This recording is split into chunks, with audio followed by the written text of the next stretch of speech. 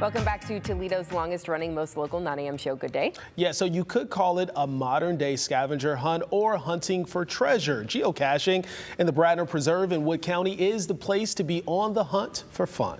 Jim Witter is here from the Wood County Park District to explain. Thanks for being here today. Yeah, thanks so much for having me. So geocaching, for people who haven't heard of it, what exactly is it? Yeah, so it's basically a high-tech scavenger hunt. And so you use either your smartphone, as we were talking about, a geocaching app, or our little units right here that we have to use. There are GPS units, so basically just kind of communicating with satellites orbiting the Earth and help you to go on your high-tech scavenger hunt to find some treasure, since it is leprechaun geocaching.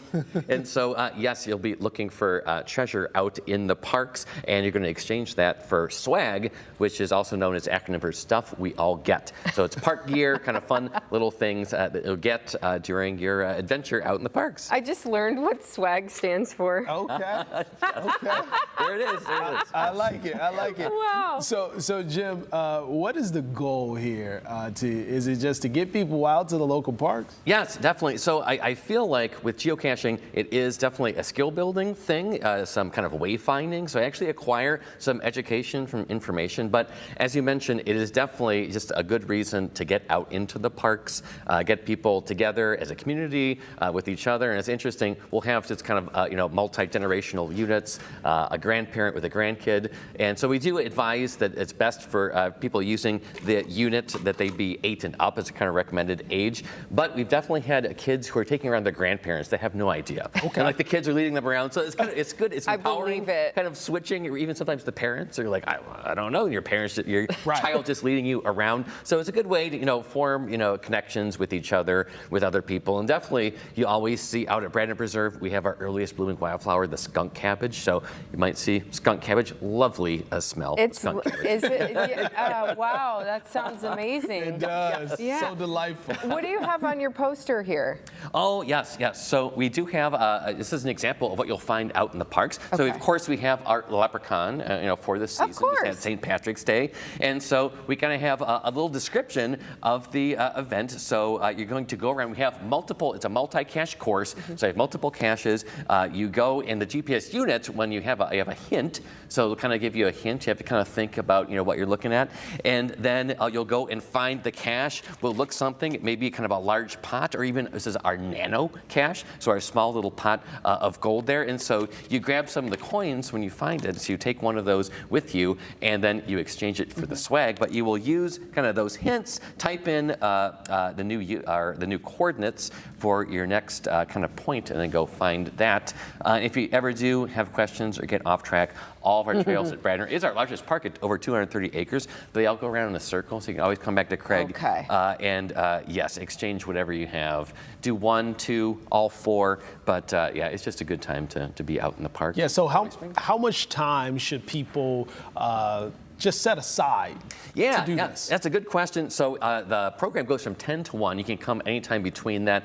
And I would say maybe an hour or two. You're welcome to do as much as you'd like. If you get worn out or have small kids, you're always free. You're not kind of held there. Right. But yes, I would say about 1 or 2 hours you can spend in the parks. And of course, if you're really enjoying it, you can just wander around. We have, a nice trail system.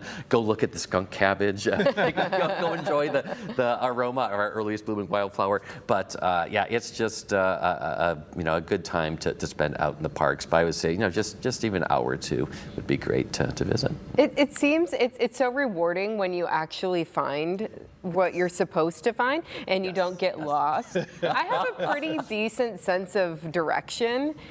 But still, you have to plug in these coordinates and try to go the right way. And it gets you close. Sometimes we're relying on technology. We're like, I want to see it's got to be right there. It's going to be leading. So actually, it's only accurate to 30 feet. Okay. So you have to use kind of the clues and also kind of your eyes. And of course, the kids being closer to the ground, they're amazing. I've been out on nature hikes where I'm supposed to be the expert finding the things, and they're just finding all this stuff. I didn't see that. They're not afraid to get dirty and dig in. Exactly. So it's perfect. So yes, being close to the ground sometimes can be helpful, and you do have to kind of use your eyes. And it's kind of it's definitely like an adventure. So kind of looking around, trying to find things. Lovely. I think this is interesting because usually to get people outside, you say to them, get away from the technology. Right. But Right. Yes, you're yes, I taking hear you. both of these This and is how you putting get them together. outside, okay? Yes, it is great. It's always kind of something we talk about, technology, and it is good. That's a part of getting away. And sometimes you can incorporate it into there, or even there's nature apps. There's one called iNaturalist, where you can take pictures, and there'll be kind of identifications. So there's definitely neat technology and things that you can use out there. It kind of just is just another way, another flavor of being outdoors, and kind of that's the main thing. So yes, you're right. It's something neat that is kind of another way of engaging people with their natural resources. Getting them to touch grass every Yes. once in a while. And some dirt. Exactly. Yes, that is not a bad. I know that's not a good thing for the gamers, but we encourage them to Touch grass. Touch grass. Yes, definitely. We have a picture of skunk cabbage. That's what that is? Oh, yes, there it is. That's amazing. Good I've- work. I'm so happy for that. I've never heard of this Isn't before. it beautiful? Is it edible? No, Is it edible? And does it stink? It does. In fact, so that is it's cute. It actually draws in some of the earliest insects to be pollinated. Okay. So you see sometimes you have the sweet smelling flowers. You have the stinky, like the flies and the bees and the beetles. So they actually use the stink to get in there. And they're an amazing wildflower. Okay, maybe they're kind of homely looking. They're not the most beautiful. They don't smell the nicest, but they are really cool. They can even melt think they're snow. cool. Yeah, they're some of their earliest blooming wildflower. March we can still have snow. Your meteorologists, Right.